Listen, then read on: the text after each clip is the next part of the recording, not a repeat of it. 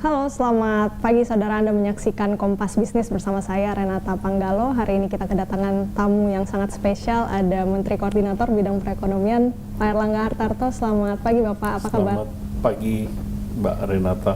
Alhamdulillah sehat. Pak Erlangga, kita langsung saja mulai untuk hasil negosiasi dengan Amerika Serikat bulan lalu.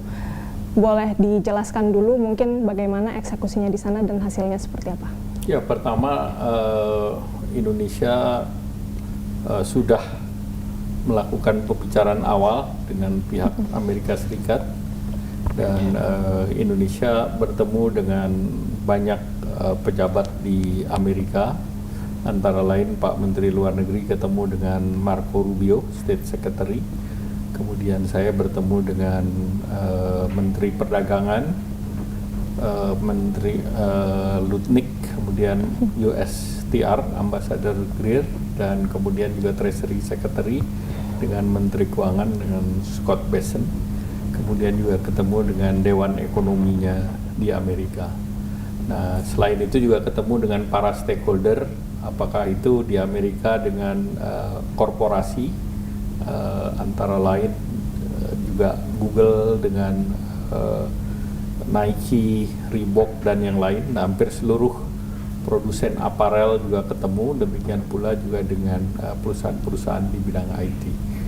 Nah, dengan perwakilan Yusindo US Chambers, mereka juga mewakili daripada perusahaan-perusahaan Amerika yang beroperasi di Indonesia, dan hampir seluruh stakeholdernya merasa prihatin dengan Indonesia dikenakan ancaman tarif resiprokal, dan tentunya Indonesia sendiri sudah melakukan pembicaraan awal dan apa yang Indonesia tawarkan kepada Amerika, dan secara resiprokal kita juga meminta beberapa hal dari Amerika agar perundingan dan pembicaraannya itu adalah berimbang.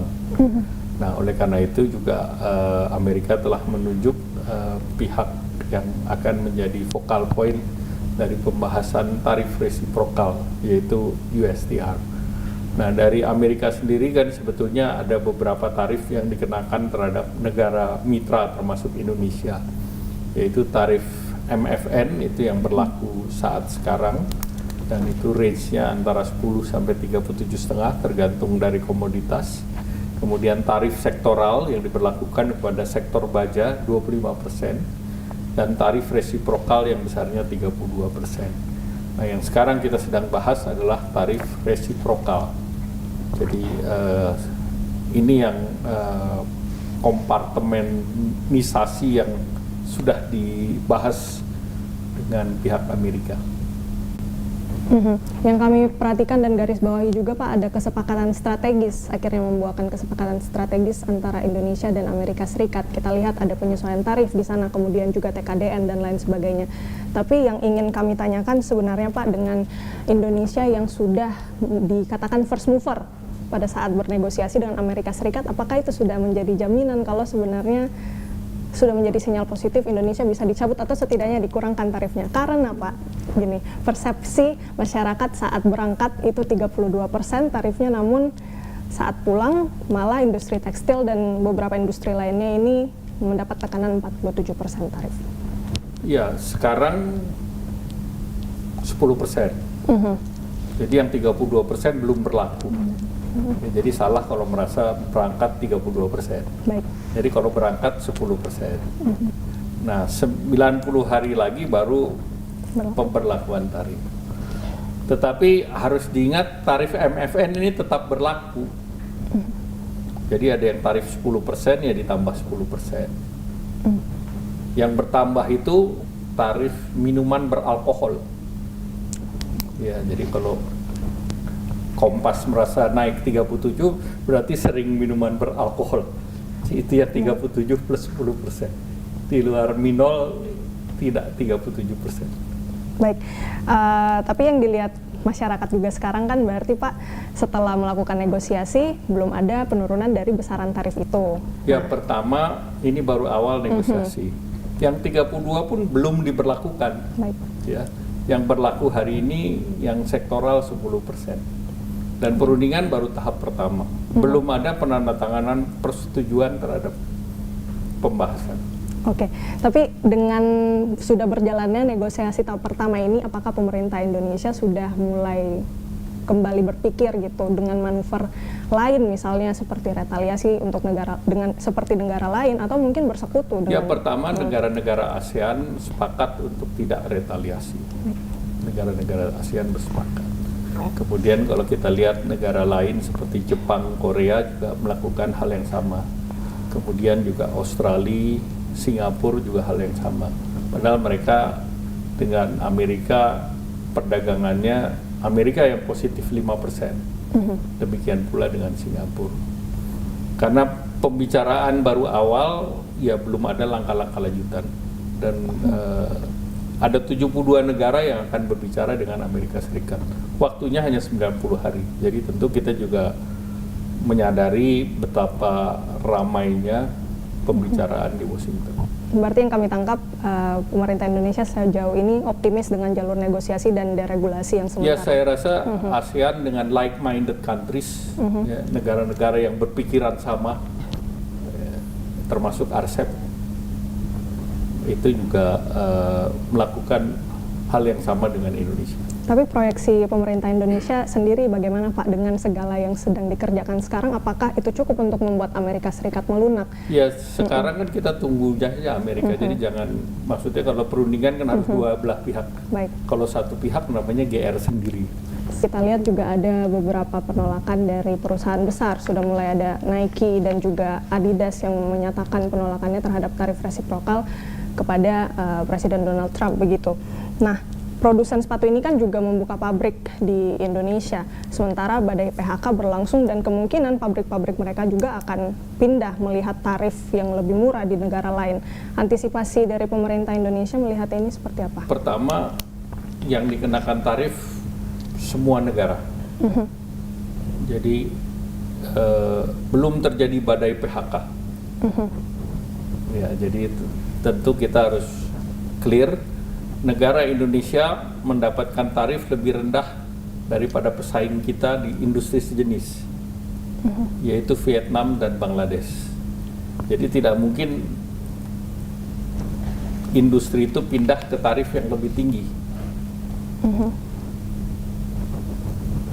Nah, oleh karena itu kita meminta semuanya dengan Amerika level playing field.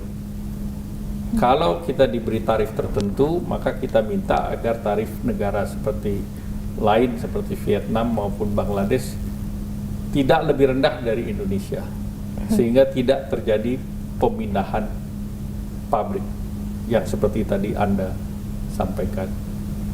Nah, oleh karena itu kemarin kita juga sudah berkomunikasi dengan Nike, Adidas, Reebok, kemudian juga yang aparel. Nah, itu mereka juga concern mengenai tarif. Sifatnya saat sekarang mereka masih menunggu bagaimana hasil pembicaraan masing-masing negara dengan Amerika Serikat. Kan ini juga berencana untuk mencari pasar baru ya di negara lain.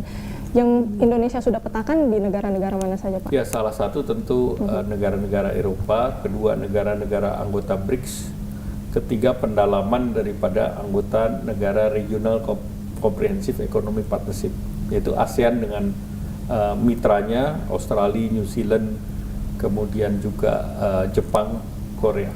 Nah, itu pasar yang cukup besar, plus China di sana. Selama isu ini bergulir kan yang sebenarnya Amerika Serikat inginkan adalah neraca perdagangan yang seimbang, dan tentu ini membutuhkan waktu yang lama dan juga akan menyebabkan penurunan surplus dari kita sendiri. Tidak ada semacam apa ya, itu menjadi warning juga nggak sih Pak untuk ya kalau misalnya kita terus-terusan menggunakan jalur negosiasi saja, apakah rela untuk ini melepas surplus-surplus itu? Ya, pertama surplus dan tidak surplus itu bukan merupakan tujuan dari perdagangan.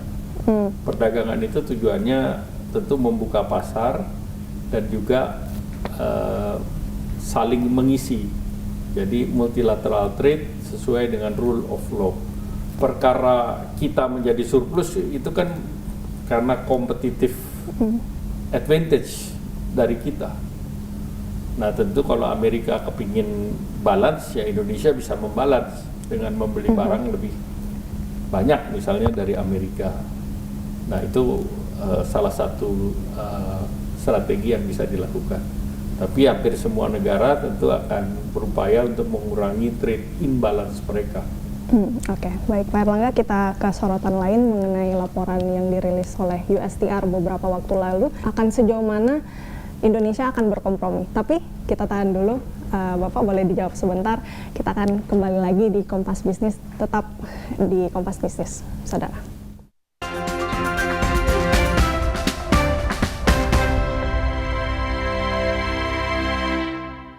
Kesiapan pembongkaran pagar laut hari ini, isi khazanah wawasan Anda untuk awali hari lebih optimis dan penuh energi.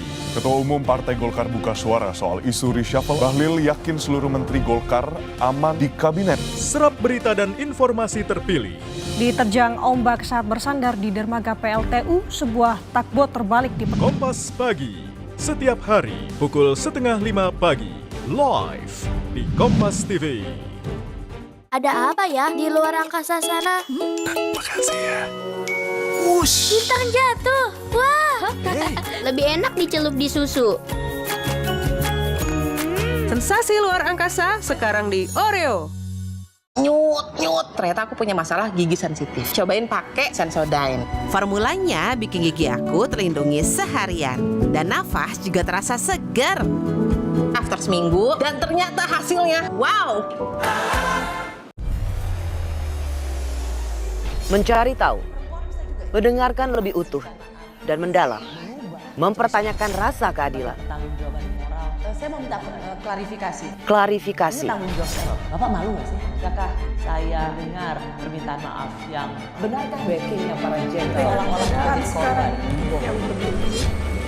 Kita mengingatkan penguasa, menghibur yang papa. Rosi.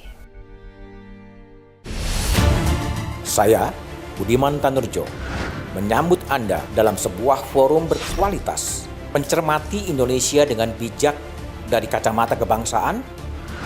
Kita dapat menemukan banyak pemikiran konstruktif, kritis, dan taktis yang mampu menyelesaikan problem negeri ini. Satu meja The Forum live di Kompas TV. Sebuah penelusuran jurnalistik.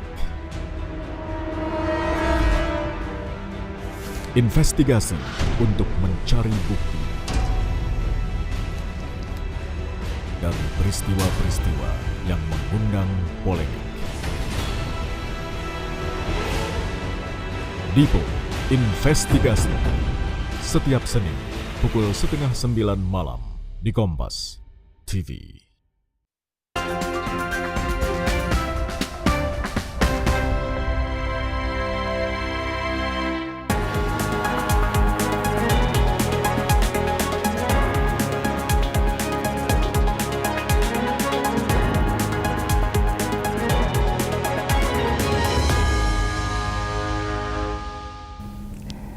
Anda masih bersama kami di Kompas Bisnis, saudara. Laporan USTR yang saya sampaikan tadi ada beberapa kebijakan dan masalah-masalah yang disoroti kemudian oleh Amerika Serikat yang tidak menguntungkan posisi dagang mereka. Sebelum kita masuk ke beberapa sorotan itu, Bapak, saya ingin tanyakan, sejauh mana Indonesia akan berkompromi dengan laporan yang sudah dirilis oleh Amerika Serikat itu, Pak? Ya, pertama ada beberapa hal yang beririsan dengan apa yang dinegosiasikan di dalam EU-SEPA dan juga dalam deregulasi yang sedang digulirkan di dalam negeri, terutama juga dalam Indonesia masuk dalam aksesi OECD. Jadi terhadap hal-hal yang sifatnya umum itu kita tentu akan melakukan deregulasi. Nah, yang berikut tentu pemerintah sudah membangun dan membentuk Satgas Deregulasi, dan Satgas ini juga akan segera mengeluarkan beberapa paket deregulasi yang tahap pertama yang akan diterbitkan minggu ini, yang akan dilanjutkan dengan deregulasi tahap-tahap berikutnya. Nah, sejauh permintaan itu sesuai dengan best practice kita kan punya benchmark best practice secara global, itu kita akan lakukan. Tetapi kita sudah juga membuat pagar bahwa hal-hal yang terkait dengan food security itu kita akan tetap atur sesuai dengan kepentingan nasional. Jadi kalau yang trade goods di luar itu kita bisa bicara. Kalau kita bicara dengan TKDN atau local content incentive base, itu salah satunya contohnya di otomotif. Itu kan incentive base. Kalau mereka ada factory di Indonesia, maka PPNBM tidak diberlakukan dan sebagainya. Jadi kalau incentive base tetap akan berjalan seperti apa yang dilakukan. Nah, yang industrinya belum ada, nah tentu kita melakukan deregulasi seperti di sektor ICT. Jadi, dan yang berikut urusan IPR kita tidak pernah bahas. Jadi Mangga 2 itu adalah buatan made in dalam negeri gitu. Jadi tidak ada pembahasan mengenai pasar Mangga 2 atau pasar Tanah Abang dan yang lain. Sama sekali tidak ada. Siap, Pak Erlangga, yang menjadi sorotan juga ini terkait dengan KRIS dan GPN, yang dimana ini menjadi polemik juga karena menurut masyarakat kalau kita KRIS dan DPN itu hanya masalah penjelasan. Jadi National Payment Gateway ini tidak menjadi isu yang dalam tanda petik utama. Itu hanya perlu dijelaskan, dan dengan penjelasan itu isunya menjadi selesai.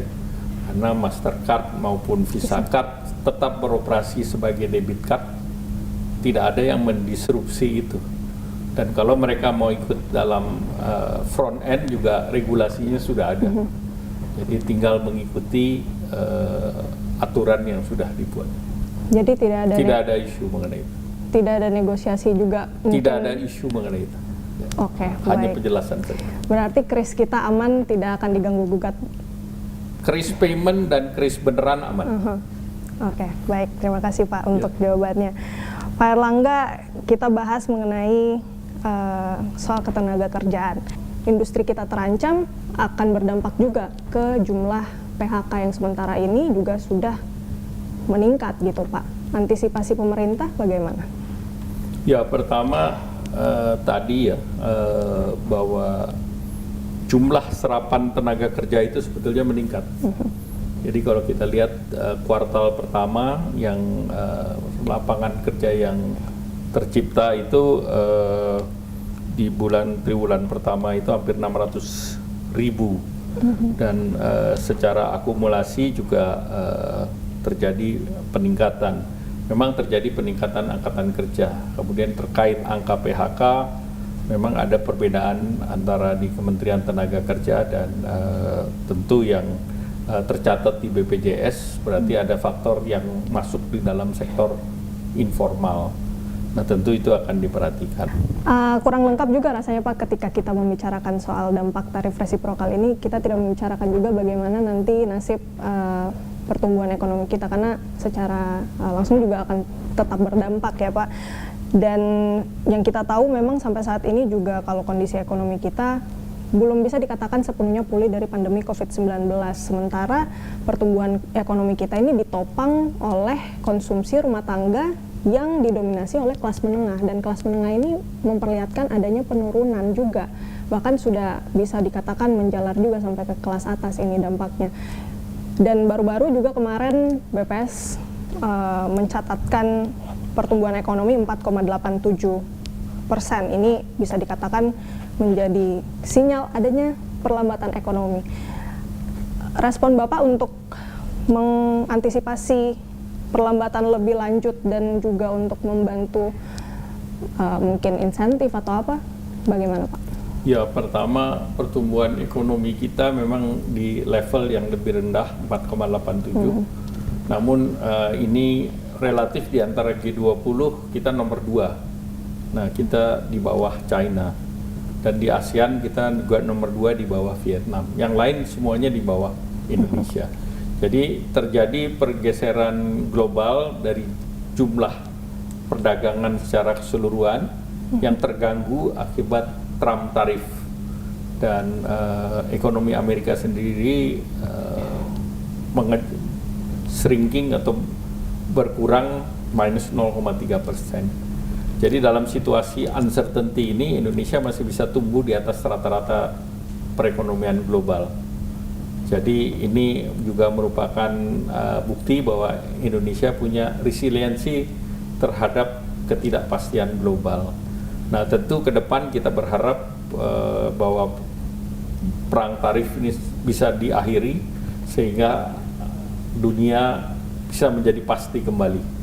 Yang dikhawatirkan kan dalam pertumbuhan perekonomian adalah ketidakpastian. Dan ketidakpastian ini sekarang sangat tinggi sekali akibat dari kebijakan selain perangnya belum berakhir di Timur Tengah, kemudian juga timbul ketegangan baru terutama di Asia antara India, Pakistan, dan juga perangnya yang belum selesai antara Amerika dengan Cina. Sehingga ketidakpastian ini membuat banyak negara pasang seatbelt dan mengurangi pembelian. Nah, kalau mengurangi pembelian kan demand side-nya terganggu. Nah, kita harus mendorong kemampuan di dalam negeri. Nah, pemerintah mendorong beberapa insentif, termasuk untuk padat karya kan untuk gaji di bawah 10 juta PPh-nya ditanggung pemerintah. Terus kemudian banyak program termasuk di properti masih ada PPN ditanggung pemerintah. Kemudian juga di industri electric vehicle PPN BM juga ditanggung pemerintah untuk electric vehicle, dan juga termasuk hybrid juga diberikan 50% atau 3% dari fasilitas yang ada. Sehingga pemerintah terus mendorong dan bantuan-bantuan sosial PKH dan yang lain itu tetap diberikan ke masyarakat. Dan saudara, demikian Kompas Bisnis, saya Renata Panggalo. Usai jeda masih akan ada informasi yang menarik disajikan dalam program Sapa Indonesia Pagi.